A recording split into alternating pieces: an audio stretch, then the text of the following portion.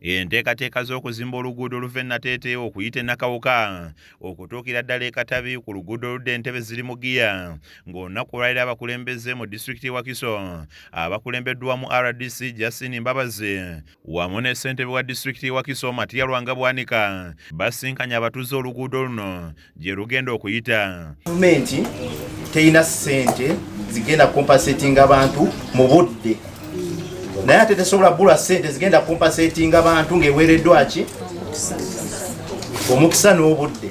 Bano babadde wamu n'ab'ekitongole ekivunaanyizibwa ku nguudo mu ggwanga ekya Uganda National Roads Authority UNRA kw'ossa n'abakampuni y'Abachina abaweereddwa kontrakiti y'okukola oluguudo luno ng'eno abakulembeze gye basinzidde ne balombojja ebizibu bibasanga mu kumatiza abantu baweeyo ettaka lyabwe. Abamu ku bakansala balumiriza bannaabwe kw'ossa ne bassentebe b'ebyalo okuwuddisa abatuuze nti baakubawa ensimbi ku ttaka lyabwe olwo ne bakotoggera enkulaakulana. Mutuyambe mwe bakansala abatiitiizi mwabadde tebaddangayo obutiitiizi obubali muddeeyo mubagambe bagala kukola pulojekiti yaffe.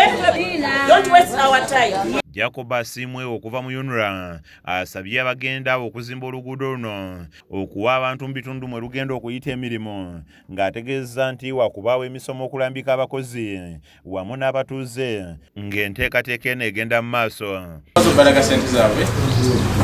Luli batugamba waliwo projekiti bwe ziggwa ne tusanga abaana abamu nga bali bazungu abamu nga bali bannafrika naye nga tebalina bakitaabwe.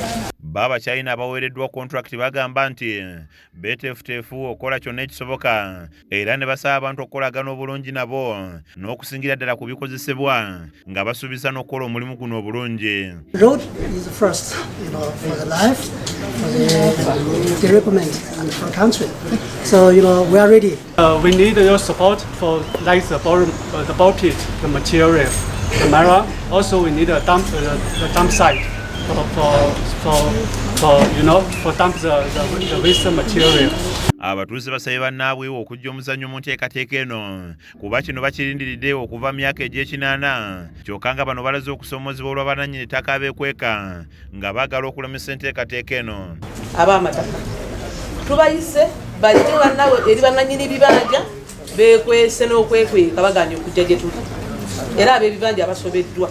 Abantu ekkubo erigenda okuyita nga tewaliiwo kizimbe kya muntu nti asulawo, lwaki oba olemesa projekiti otambula. Ssentebe Bwanika aweze nti bano baakubayiga yonna gye beekwese baleme kwekiika mu nkulaakulana.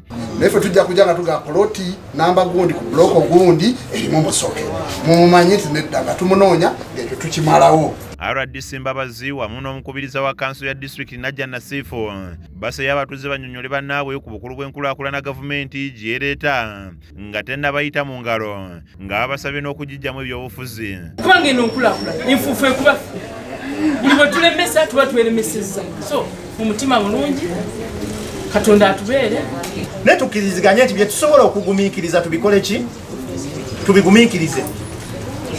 Sikiwakanya buli omu yeetaaga okufuna naye at least n'oluguudo lwennyini olwo lwetaagisibwa okukola ki okukola ate n'ekirala kya ku ssente wonna wegireba ewooma.